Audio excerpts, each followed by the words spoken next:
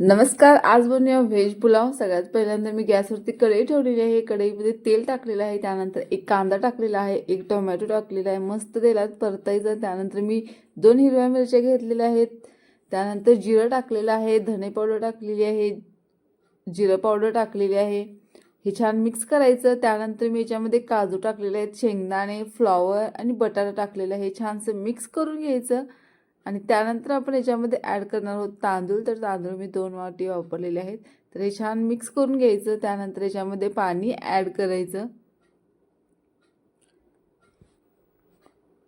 मग ह्याच्यामध्ये आपण चवीपुरतं बीट आणि याच्यामध्ये मी अर्धा लिंबू पिळलेला आहे. आणि त्यानंतर आपण याला एक 10 ते 12 मिनिटं छानसं बारीक गॅसवरती शिजवून घेऊया हा भात आता.